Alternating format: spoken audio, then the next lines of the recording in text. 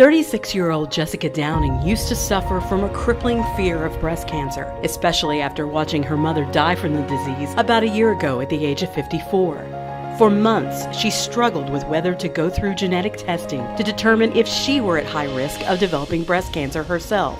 And then it all became clear to her. After watching my mom, the way she passed away, it actually made my decision a lot easier to make. Jessica decided to go through genetic testing and counseling in the St. Mary's Hereditary Cancer Risk Assessment Program, testing that proved positive. With the BRCA1 and 2 gene, that really significantly elevates your risk for hereditary breast cancer and ovarian cancer. So for general population, all females have about an 8% chance of developing breast cancer in their lifetime. If you're a carrier of the BRCA1 or 2 gene, that can go up to 60, almost 80%, depending, on how it's going. So it doesn't necessarily mean that you're going to get cancer. You're just at a much elevated risk, and there's things that we want to be able to do to help reduce those risks and, help hopefully, prevent someone from developing cancer. The best way in that situation to prevent them from having breast cancer is to do what we call prophylactic mastectomies, remove both breasts preventively. So that's exactly what Jessica chose to have done, a hidden scar nipple-sparing mastectomy by Dr. Morgan at St. Mary's Breast Center.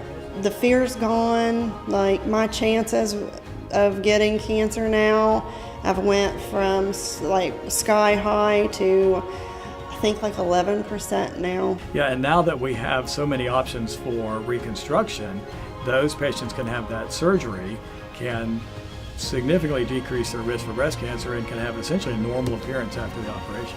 Jessica also chose to have hidden scar breast reconstruction by plastic and reconstructive surgeon Dr. Ben Musavi at the same time as her mastectomy. Both procedures were performed through inconspicuous incisions in the natural creases under her breasts, leaving her with virtually no visual reminders of having a double mastectomy.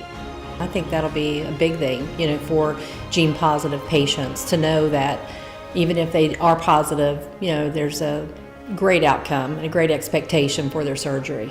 But that great aesthetic outcome is often dependent on timely detection and action. If you catch it early enough, if you have the BRCA gene and you know it and you decide to do preventative, then you have way more options of what it looks like. But most important, Dr. Musavi says genetic testing, early detection, and timely follow-up are life-saving. We don't like anybody to play odds when you're talking about 80%. And in that, though, is the personal part of it, which means the timing is up to you, and the stage in your life is up to you as long as you understand those percentages. And, we at least need to be screening again so that we can detect these things when they're as small as possible if that's the case. Having preventive surgery is certainly life-saving. And the other thing is, knowing about that gene, you can save the lives of other people in your family by having them have that testing, because it tends to run in the family, and by finding one patient, then we tend to find more. And not just women. When we're talking genes and genetics, men can be affected as well. So if there are men in the family, then we test them because they can be at elevated risk for male breast cancer, prostate cancer.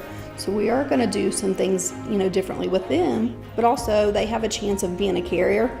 They might not ever develop anything, but they could pass it on to their children. So that's when we sit down and we lay out who else needs to be tested. We believe that we got it from my grandfather that passed it to my mother that passed it down to me and my sister.